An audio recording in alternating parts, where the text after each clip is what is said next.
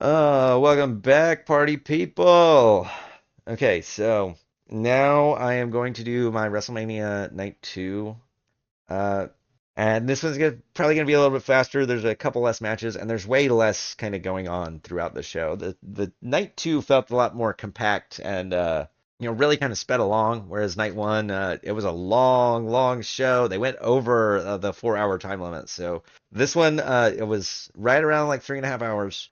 So they kept it short and sweet. They kept the whole night moving along pretty well. And we're going to start out with a short and sweet match, speaking of, because we are going to start out with Seth Rollins versus Drew McIntyre, which I thought was a really, um, obviously, it was never going to be like a big, long, crazy match because Seth was coming in from night one. He had that brutal match with the Bloodline.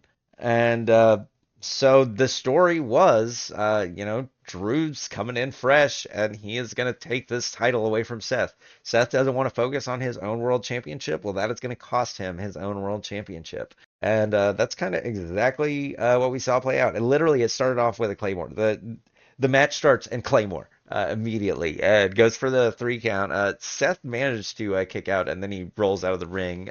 Seth's still displaying his in-ring genius, and his resiliency. But at the same time, he's just going after him. And there are points where Seth kind of gets the offense back, but mainly it's just Drew beating up on a man who's already beaten. And Drew just has to put the final nail in the coffin. And he's able to do that with a couple more claymores throughout the match. And once he finally hits the last claymore, I'm not going to talk about this match a whole long time because it wasn't, I mean, the match was maybe like what, 10 minutes less? It was not a very long match. But Drew gets the quick win and he gets to celebrate his World Heavyweight Championship in front of a live crowd. Something he didn't get to do when he won his last title at WrestleMania because it was during the vid. Yeah, that's all we're gonna say about that. Please leave me alone, YouTube. But anyways, as soon as Drew wins the title, Seth is leaving the ring, looks all beaten down, and of course we will see a Seth comeback at some point. Now I know he is going on vacation, so him and Becky are going on vacation, so we probably won't see them for quite a while. But they deserve a nice long rest, and they will not be going to AEW. They're going to re-sign with the WWE. Don't worry about losing Becky or Seth. They are lifers here at the WWE, but they deserve their break. These two have been holding down the WWE for really like the last 10 years. Becky might be a little bit shorter than that, but to be honest, I think she was in NXT around WrestleMania 31, 32. She might have been on the main roster. I'm not sure on the particulars. My point is Becky and Seth have busted their ass and they deserve a break. Yes, we get Drew celebrating his win, and he goes out to his wife, I guess, and he starts tweeting from her phone. Actually, he might have tweeted in the middle of the match, but either way, he tweets out during the match, bored at work or something like that. It was pretty funny. But he goes and celebrates with his wife after the match, and then but he's so obsessed with CM Punk, and that's what's gonna cost. And we saw Seth's obsession with the bloodline cost him the title, and we see Drew McIntyre's obsession with CM Punk is going to cost him the title because CM Punk starts talking trash to Drew. They're just talking trash back and forth. And then Drew starts showing off. CM Punk grabs his leg off the table and he falls. Drew falls to the ground. And then CM Punk hits Drew with his cast. And right about that time, we hear Damian Priest's new theme song play. And out comes Senior Money in the Bank. And I did not think Damian Priest was going to cash in at WrestleMania. I thought Drew was going to be our savior. I was all in on the Drew train, so I really wanted Drew to be world champion. I didn't think Priest would cash in on him, but after seeing how it played out, it all makes sense. Like the story is the CM Punk and Drew thing. CM Punk or Drew's obsession with CM Punk cost him that title right after he won it, and Drew's whole thing is he didn't get to celebrate. He didn't get to celebrate the fact that he won the title at last WrestleMania because no fans were there. Nobody was in the crowd. So his big crowning achievement, he didn't even really get to enjoy. And then here, we get kind of that same thing. He's got the crowd, but he doesn't get to enjoy his moment because down comes Damian Priest to take his title away from him. And Drew was knocked out.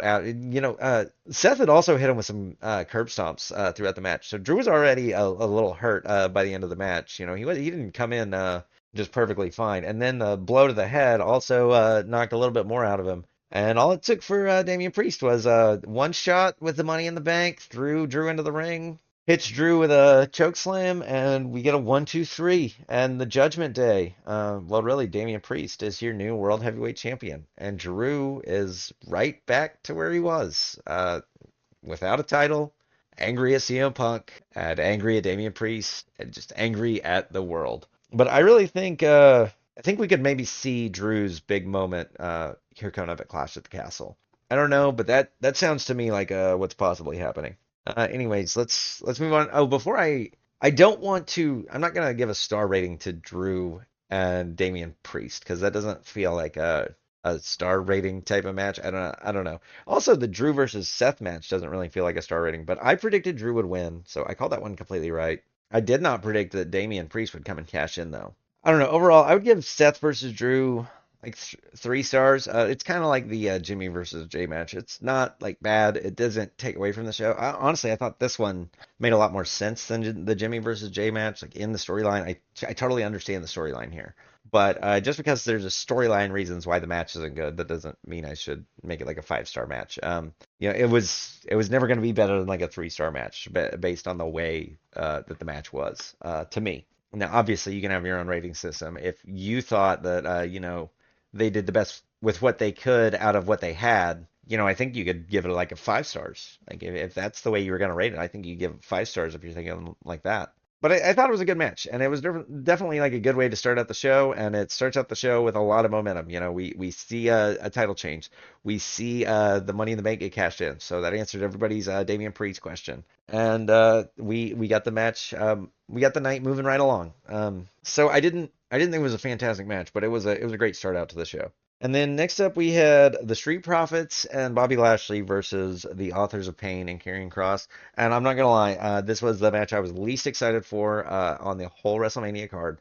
I really didn't care who won. I thought it was just a match that they threw together so they could get all 6 of these guys in a match in WrestleMania, and I still think that's exactly what it was. And was it good?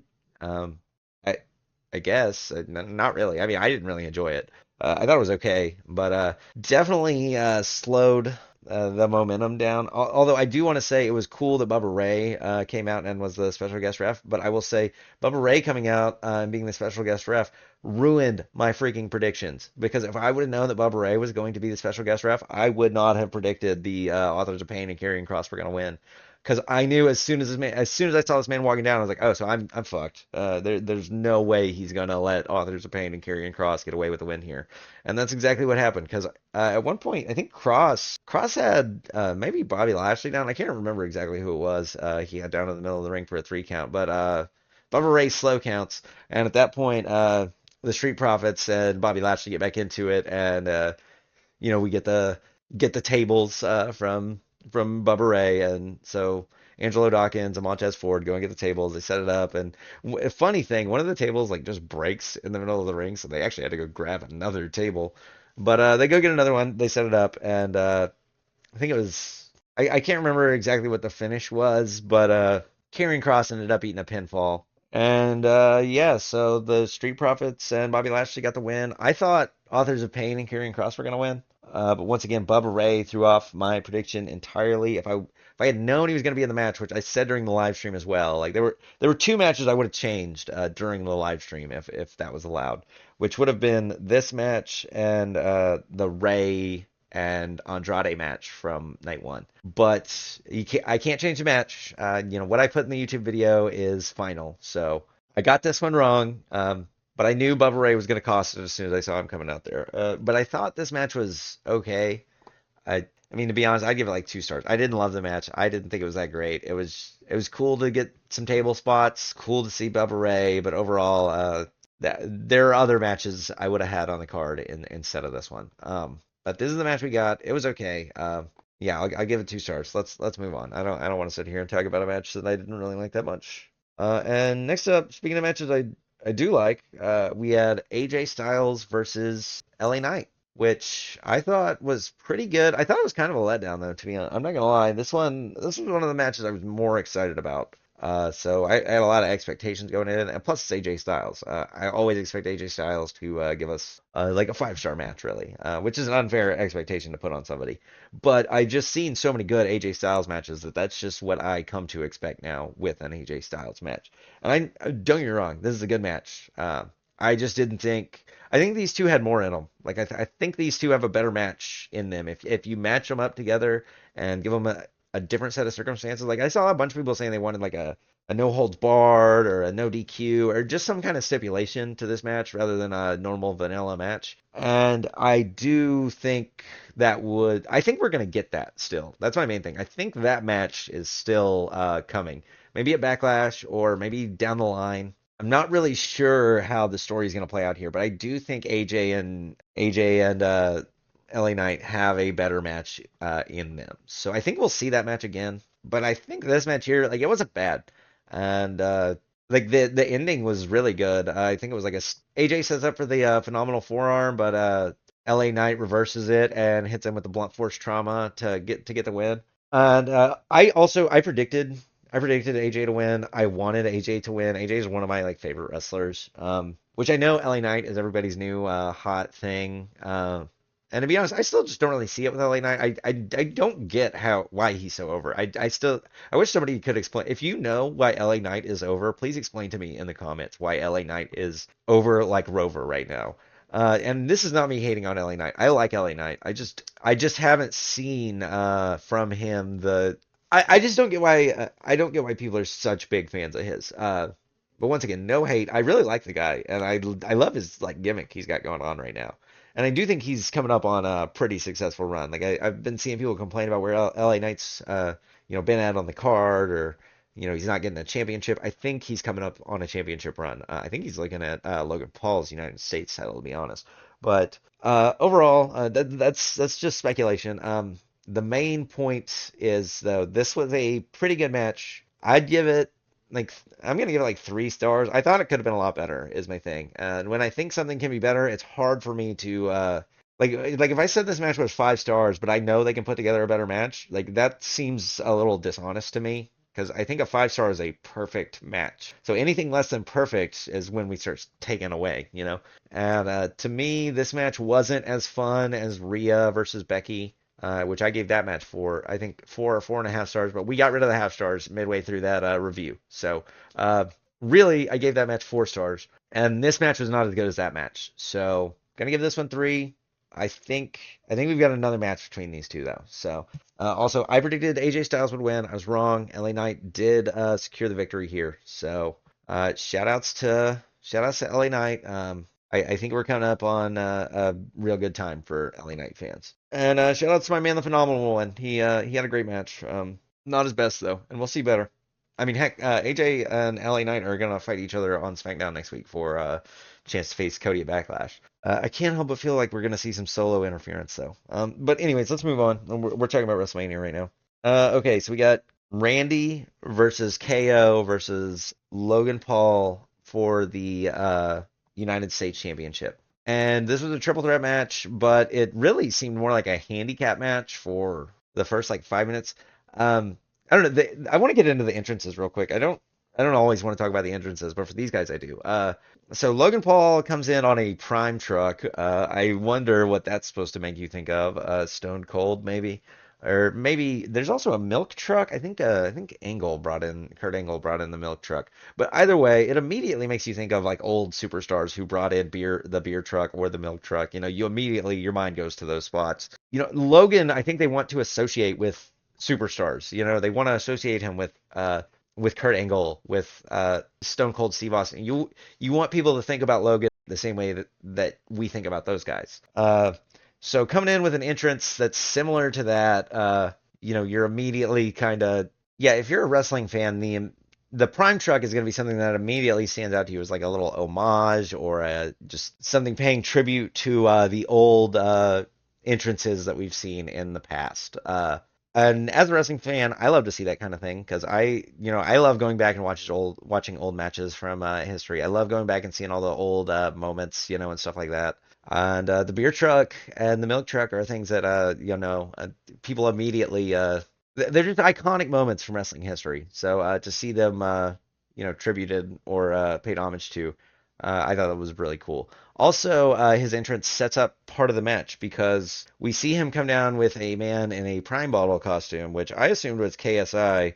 We now know was some dude named I Show Speed, which I want to give a shout out to my Twitch chat. I had no idea who this man was, but they made sure to inform me that that is I Show Speed in the Prime Bottle. So, but yeah, not important. Let's move on to Randy and KO's entrance because Randy and KO's entrance I thought was sick, and I need in WWE 2K24 right now. I need them to update it into the game immediately. But KO comes in on a golf cart and he starts coming down to the ring on his golf cart. And at some point, halfway down the entrance ramp, Randy Orton's music stops playing, and KO's looking a little ticked off. He's like, "Gosh, this guy." But then what does KO do? He gets his golf cart, throws it in reverse, and then he reverses all the way back up the stage and has Randy jump on the back of his golf cart, and they ride down to the ring together. Setting up that these guys are on the same page. Logan's tried to get them to break down. He's tried to get the teamwork between these two to break down. But the thing about Logan is he's new, and these guys are veterans of the game, especially Randy. I mean, Randy has been around the block more than anybody else, probably left in the WWE, not named The Rock. But as far as somebody that wrestles on weekly television, Randy is the most veteran member of the roster. So you're not gonna get away with any you're not gonna get away with cheap bullshit on Randy, which we've seen over the course of SmackDown. And we thought that maybe Logan's team was going to throw a wrench into the KO versus Randy thing. But actually, what we saw throw a wrench into the KO versus Randy team up was Randy. Because, of course, it was. I mean, it's the fucking Viper. This man is always looking for his chance to attack. And, at first they were teaming up with each other. They were beating down on Logan Paul. And what really caused it was they got Logan Paul down. They hit him with a big move. And Logan Paul falls down, and they both go for the pinfall. Randy and KO go for the pinfall. And then they look at each other like, oh, yeah, only one of us can win here. And KO kind of asks him, like, should we do this now? And, Randy's like looking at him like, no, I think we should just keep going after Logan Paul.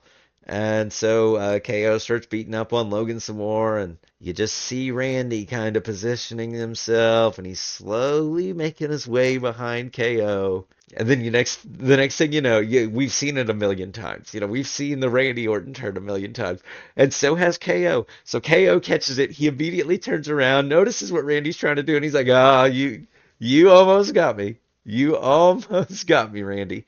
But he didn't. He didn't get him. But then it breaks down. Randy and KO are like, "All right, let's just get after it." They start fighting each other, and then you see a sick. So those two start fighting each other in the middle of the ring. Logan's disappeared off the camera, and then you just see Logan fly out of nowhere to he does a front flip over the ropes into a double clothesline on KO and Randy Orton as they're tied up with each other.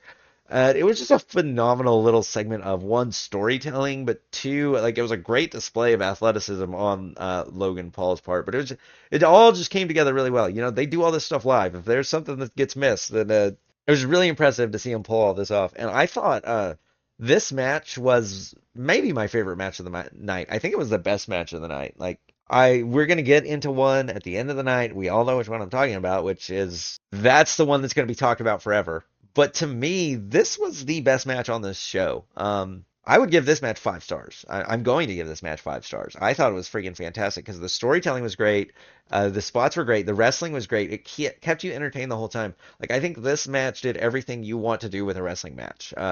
There was nowhere I felt like there could be improved or I would have done something differently. Even though I don't think you would have done something differently, I don't think that's a reason to downvote. Like that's not a reason to take away points from a match. Just because you don't like the story being told is not necessarily a reason to take away from the points. But that being said, you don't have to complain about anything here because this match was fantastic. And there was a moment where friggin' ISO Speed, the face reveal, we find out who it is, and he starts like barking at fucking Randy Orton, which I don't know if that's like an ISO Speed thing. I've never watched this man before. I have no idea who the fuck this guy is, but Randy like barks the fuck back at him, and it was fucking hilarious. I was like dying laughing as it was happening. I thought it was great. Um, and obviously the brass knuckles played a huge part. Oh, also, Randy Orton RKO's I Show Speed onto the announcer's table.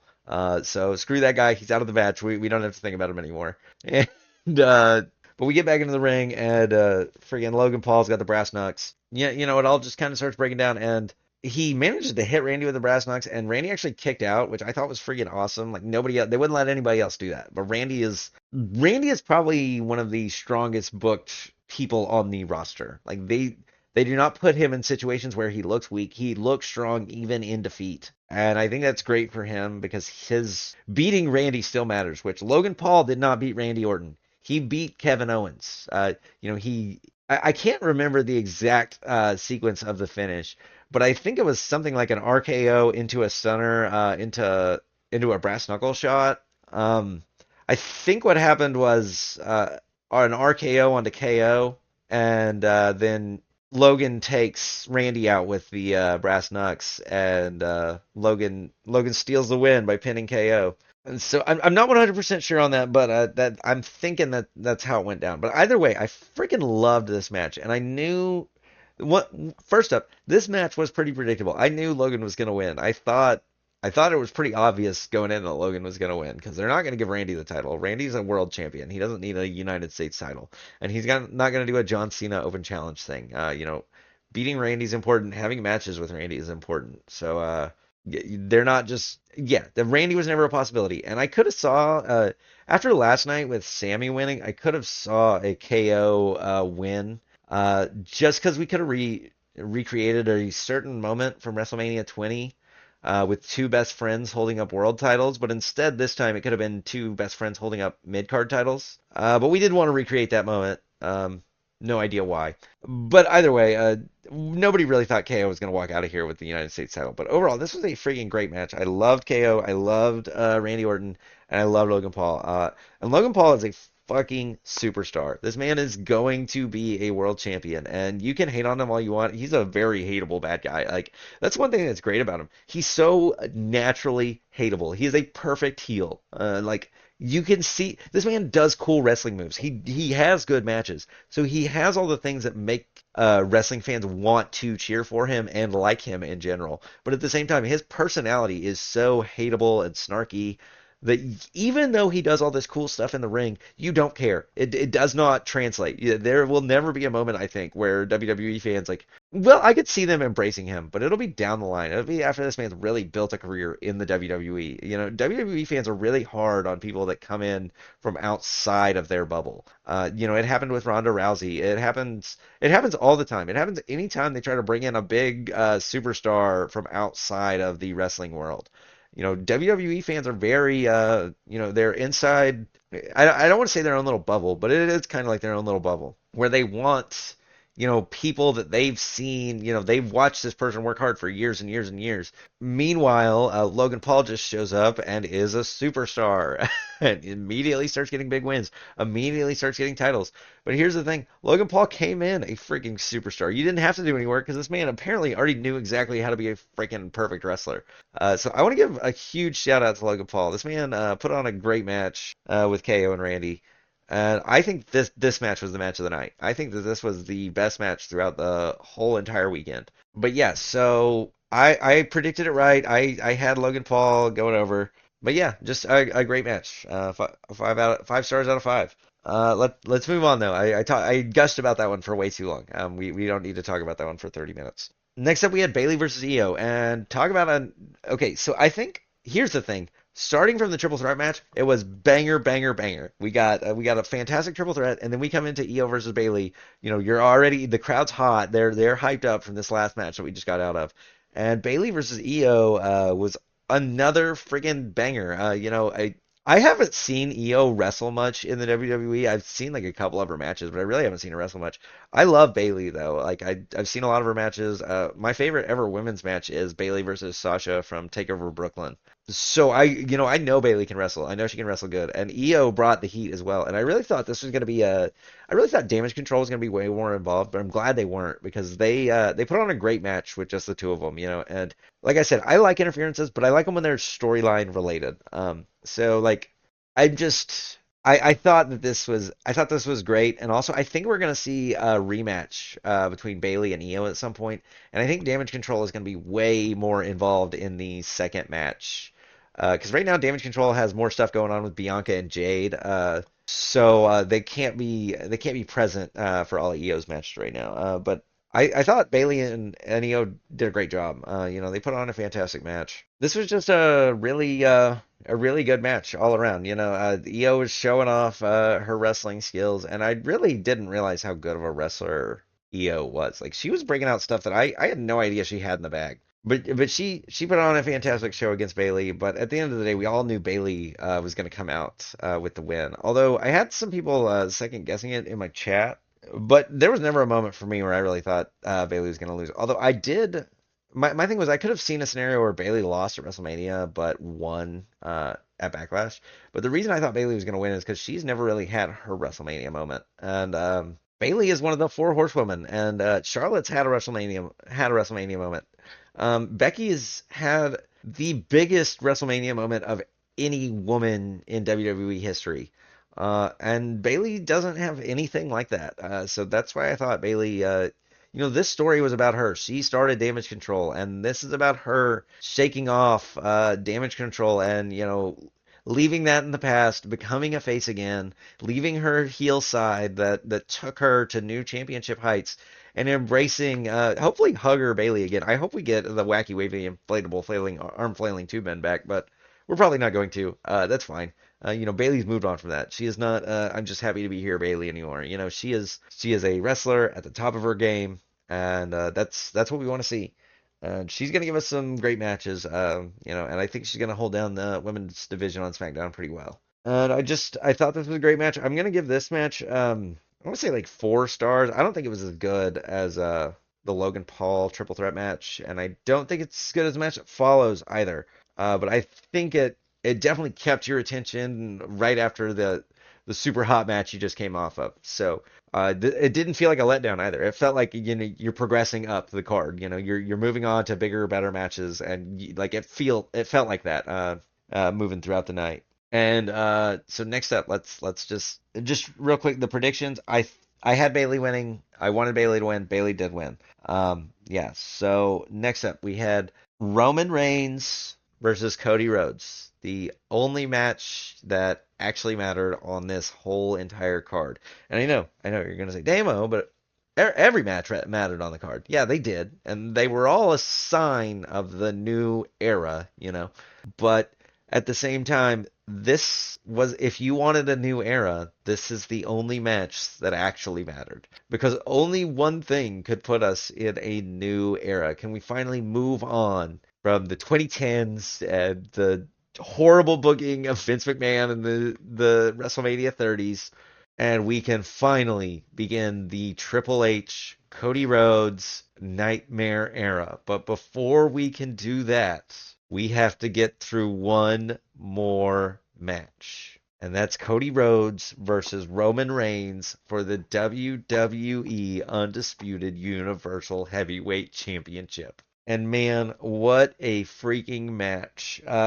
You know, First I want to start off with their entrances. Mainly Cody's entrance. Cody's entrance was fucking baller. Like I don't know who makes the match graphics, but or who makes the entrance graphics, but Cody's entrance graphics were fucking sweet. I loved them. I will say his little mask he came out in was dumb as hell, but that's a nitpick. The overall presentation, I loved Cody's entrance. And you got to see Brandy, which might have been a little sign to you that okay, we're doing the Avengers thing. But I don't think they fully spoiled that with just revealing Brandy. And this is Cody's big moment, so I'm sure he wanted Brandy to come out there with him. He loves Brandy, and as much as I know, there's some fans that don't really like Brandy all that much. I don't really know who she is. Like I know she's Cody's wife, so I've seen a couple of the clips of her in AEW. I wasn't around for any of that, so none of that really bothers me. If you have a problem with it, I guess you have a problem with it. But anyways, next we see Roman Reigns come down, and then we get straight into the match. And what a freaking match it was. We basically start off by repeating the WrestleMania 39 match. I would say almost beat for beat. This match is a repeat for the WrestleMania 39 match. And it's not exactly the same, they change it up a little bit, but overall it's like the same exact match, but with way less interference. But then at some point, Jimmy, one really funny part of the match was this didn't happen last year. Roman hit Cody with a crossroads, goes for the pin, and Roman's like, I knew that wasn't gonna work. That move doesn't beat anybody. I just and then he talks about how much fun he has beating up Cody Rhodes. He's like, man, I just love it. I could do this all night. I could just beat up Cody Rhodes all the time. I have so much fun doing it. It's just Roman, he's so great at the heel bad guy Universal Champion thing. He was a fantastic champion, and he always gave us really good matches. I know everybody complains about the bloodline interfering. Lol, Roman wins, but yeah, that's the story. That's how he wins his matches. That's how the head of the table keeps his crown. But finally, the babyfaces decided they don't have to be dumb anymore. We can be a team. We can team up on all these bad guys that are teaming up on us. And thank God we did, because Jimmy comes out and hits Cody with a super kick, or maybe it was a spear, but he hits Cody with a move. And then what do you hear? Uso, main event, Jey Uso, just me, Us. And so Jimmy runs up to the stage to go take care of that problem. And we get back to Cody and Roman. Cody hits the double. He's going for the triple crossroads, and he's hit the second one, and then it's just like last year. Out comes Solo Sikoa to hit Cody Rhodes with the freaking Samoan spike, throws Roman on top of him, and you're like, no, not like this. I think Michael Cole said it too. Not like this. But then whose music do we hear? And what do we see on the Titantron other than do do do do? And he just comes sprinting down the ramp. John Cena is here, the greatest of all time, coming to take out the last man who beat him in a match, Solo Sikoa. He hits Solo with the attitude adjustment. He hits Roman with the attitude adjustment. I think he hit Roman. No, he hit Solo with an attitude adjustment through the table. He just hit Roman with an attitude adjustment in the ring. But so John Cena neutralizes Solo Sikoa, and then John goes to get back in the ring. And then what do you hear but, if you smell what the Rock is cooking? And so you see The Rock come down to the ring, and man, where have we seen these two if not at WrestleMania 28 and 29? We all remember that, once in a lifetime, until it wasn't once in a lifetime, twice in a lifetime. But either way, the Rock goes right back to kicking John Cena's candy ass. And then you've got The Rock in the middle of the ring. Everybody's beaten down. But then what do we hear but the Shield freaking music? And out comes Seth Rollins in all his Shield gear, and he's coming in to take out The Rock. But before this man can even do anything, I'm talking, this man steps into the ring, and Roman fucking teleports out of nowhere into the ring and just spears the fuck out of this man, Seth Rollins. Just immediately takes him out of the equation. At this point, I think Rock is starting to grab the belt. He's looking around at Seth and Cody, and he's just thinking about what he's about to do to him in the middle of this ring. And then what do we hear but the gong of the Undertaker's entrance, and the lights black out, everything goes dark, and the crowd goes fucking bananas. The crowd's going insane for this whole match. Like, from start to finish, the crowd is hot for this match. They were dying. Like, everybody was talking about night one, and here's why I didn't have any problems with night one or the crowd at all in general this weekend. If you were in Philadelphia this weekend, there was one match you wanted to see, and that was Cody versus Roman Reigns. And from the beginning of this match to the end of this match, the crowd was all in. They were all behind Cody. There was never a doubt. These people were behind Cody 100% of the way. Because at the end of the day, in the night before, they were worried about Cody getting booed against The Rock. They were never worried about Cody getting booed against Roman because nobody wants to cheer for fucking Roman Reigns. Maybe one day when he does a face turn, but right now, as he is, nobody wanted Roman Reigns to walk out of here with the title. But once you hear the Undertaker's music and the crowd just fucking loses their minds, let me tell you. And we see a choke slam from so Undertaker appears behind The Rock, turns him around, hits him with the choke slam, and then as quick as he showed up, boom, lights blacked out again, and boom, everybody's gone. Everybody is gone from the arena. Or not the arena, but everybody is gone from the ring except for Cody and Roman. Cody's standing up, Seth is standing up in the ring, and you've got Roman with a chair, and he has a choice to make. Does he hit Cody and win the match, or does he hit Seth and get revenge for the Shield breakup that happened oh so long ago, but still eats away at Roman Reigns? He's never gotten over the Shield thing. He's never gotten over Seth Rollins betraying him. And so what does he do? He hits Seth. And at that moment, this is the choice that cost Roman Reigns the title.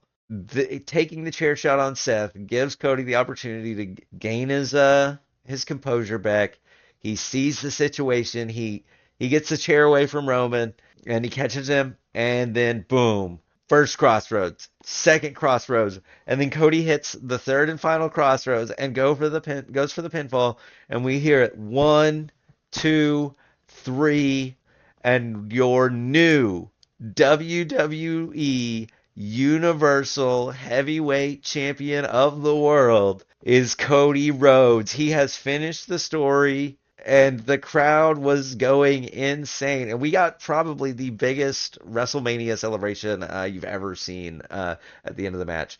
The crowd was just loving it. They were eating it all up. We saw everybody come down. LA Knight was down there. Seth Rollins was down there. Kevin Owens was down there. Sami Zayn was down there. Randy Orton was down there. John Cena was down there. Everybody, every face was down there. Cody Rhodes' mom was in the ring. There were other of Cody Rhodes' family members. Brandy Rhodes was in the ring. Yeah, I thought the match was freaking great. Now, was it the best match of all time? No. And to be honest, this match really kind of reminded me of the Sting match at Revolution a little bit, Sting's final match, and that there was shenanigans all over the place. You knew there were going to be shenanigans, but to me, this did it so much better. Like I don't know, the way the crowd played into it. Also, all these people are relevant to the storyline, and I know I don't want to get into Sting's final match too much because one, I did not watch much Sting. I'm a WWE fan, I don't watch other wrestling unless somebody tells me it's really, really good, Like I've seen Kenny Omega versus Kazuchika Okada at Wrestle Kingdom. I've seen like CM Punk versus MJF at AEW. But overall, I watch WWE most of the time, unless something really good or really big is going on outside of the WWE, where I feel like I have to go watch that. So I don't know Sting's history like that. So maybe if you know Sting's history, that match at Revolution hits way better for you than it did for me. But to me, I don't have any of that personal connection. So with these characters, I do.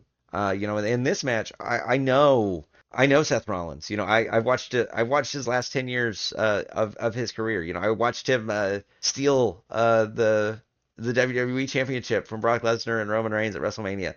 I've seen. The Undertaker has been wrestling longer than I've been alive. This man. Who knows? Countless matches of the Undertaker I've seen. And, Undertaker and Seth also are tied into the bloodline because Roman has fought both of these guys at WrestleMania. And Jay is also heavily involved in the bloodline storyline. I mean, he was literally a member of the fucking bloodline and turned on Roman Reigns. He is the one bloodline member who got away from the family, the head of the table, and now he's main event Jey Uso by himself. So, he's only moved on to bigger and better things since leaving the bloodline. But all these characters are tied into Roman Reigns. They're tied into Roman Reigns and Cody Rhodes. This storyline, it interweaves through years and years and years of WrestleMania, and I think that's kind of what makes it so powerful. You've got The Rock coming out to help Roman. You've got Jimmy coming out to help Roman. You've got Solo coming out to help Roman. There's one thing I would change about this whole entire match, and it's the only thing I would change. Other than that, I thought it was fantastic. But I wish at the end, after Cody hit the third crossroads on Roman, I wish Paul would have came into the ring and just desperately begged Cody not or not maybe not even beg, like Cody's going for the 2 count, got the 2 count, and then Paul grabs his leg. One that gets a lot of heat on Paul, but two, I think it would be that last little desperate attempt of keeping the Roman Reigns, keeping the title on Roman Reigns, and I think it would have kind of tricked people. It would have been like, no, God, Cody, don't fall for it. But once again, that's like a little nitpick. That's just a little detail I think I would have added to the story if I was booking the match. But I would not have made a match this good.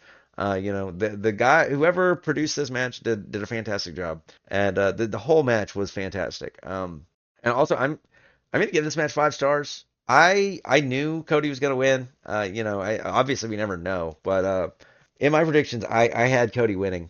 And there was no way I saw that he left here without the title, unless they were planning on putting all the Stardust makeup back on him.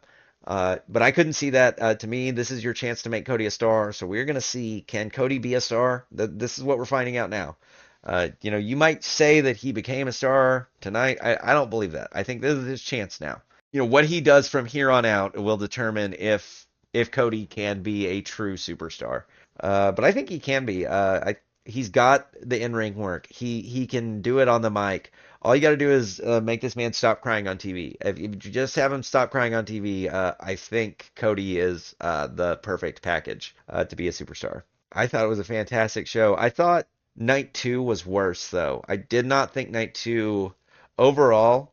Like, I think night two it has more good matches. Like, it's got three really, really good matches, whereas night one, I feel like has, maybe it's got some good matches too. I don't know. I feel like the matches are just stronger on night two, but overall, I feel like the night one card was better. Like, I think if you watch from top to bottom, night one's a fantastic show. Whereas if you watch night two, the beginning matches are not all that important or great, but it just builds throughout the show. Like you're constantly getting to more and more entertaining matches. So that said, I'm gonna give night two 4 stars. Night two is gonna be the one that's remembered. Everybody's gonna remember the Cody versus Roman match. That's the one that's gonna go down in history. But to me, there were better matches tonight on this card, and there were not better matches yesterday. Like I think the to be honest, I think the only match that was better than the Cody versus Roman match was the Logan Paul triple threat match. I don't know. Night one just overall was a better show to me. So I'm gonna give night two 4 out of 5 stars. And overall WrestleMania, I'm gonna give 5 out of 5 stars. I think WrestleMania 40 is one of the best WrestleManias of all time. I don't know where in particular I would rank it right now. I've seen some people say it's the best WrestleMania of all time, which I have a hard time believing. Like I'm gonna need to go back and take a look. Like it's hard to top WrestleMania 17, who I think most people would agree WrestleMania 17 is the best WrestleMania of all time.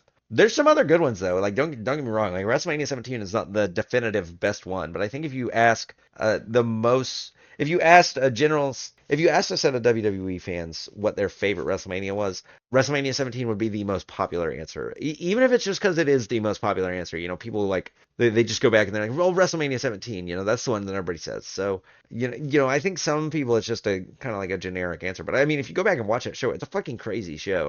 WrestleMania 17 was really, really good. And I would need to watch WrestleMania 17 and WrestleMania 40 side by side before I could say like WrestleMania 40 is definitively better than WrestleMania 17. And we've also got the benefit of hindsight with WrestleMania 17. We can look back at that and be like, oh, well, yeah, like this is so great, where we won't be able to do that with WrestleMania 40 for probably like 5 more years. We won't really know how this stands in history until we've got a little bit of history after it. But overall, I think it was a great show. Definitely 38 and 39 were really good WrestleManias. I mean, I think people would kind of discount those. But I would go ahead, I would probably put it in my top 5 WrestleManias. I mean, it's right up there with WrestleMania 30, WrestleMania 17. One of my personal favorites is WrestleMania 23. That's the first one I got when I was a kid. So I have like a special attachment to that one. But yeah, I think this rates right up there with them. It's one of the all-time classic WrestleManias. So I'm gonna give overall the show 5 stars. I'm gonna give WrestleMania Night 1 and Night 2 total 5 stars. I'm gonna give WrestleMania Night 1 5 stars, and I'm gonna give WrestleMania Night 2 4 stars. That should balance out to 4.5, but this is my star rating system, and we don't have halves. So I'm going to give it the benefit of the doubt, and it's 5 stars to me. And if anybody doesn't like that, yeah, go watch somebody else, I guess. I don't know. If you enjoyed this video, like and subscribe. It helps out the channel. We do like a prediction watch along on Twitch and YouTube.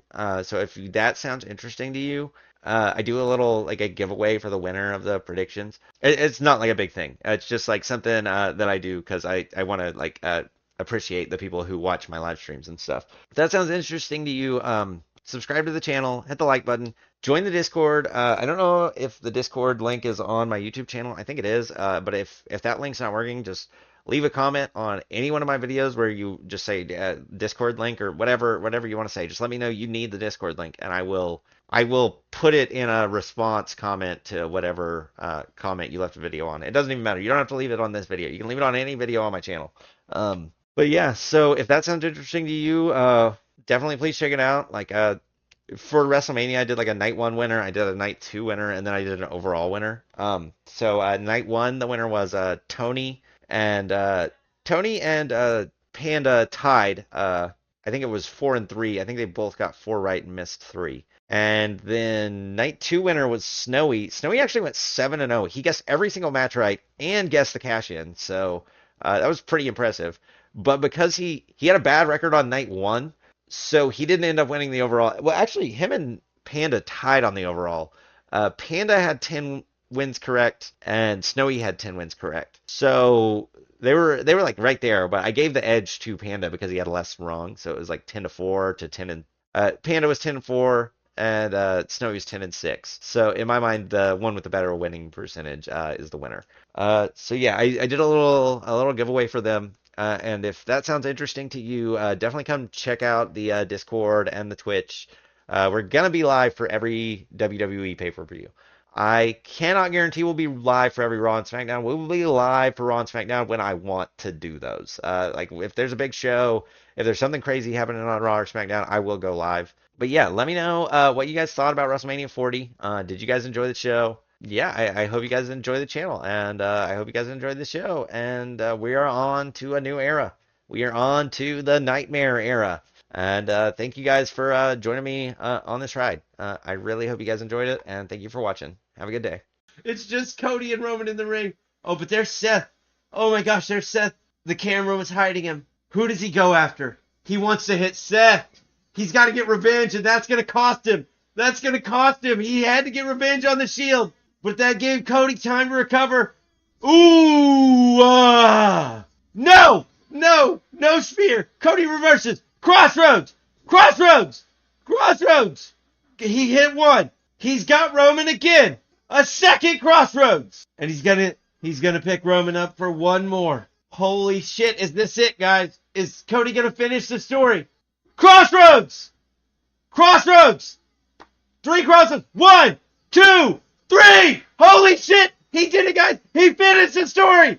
Cody Rhodes is your new WWE Universal Champion!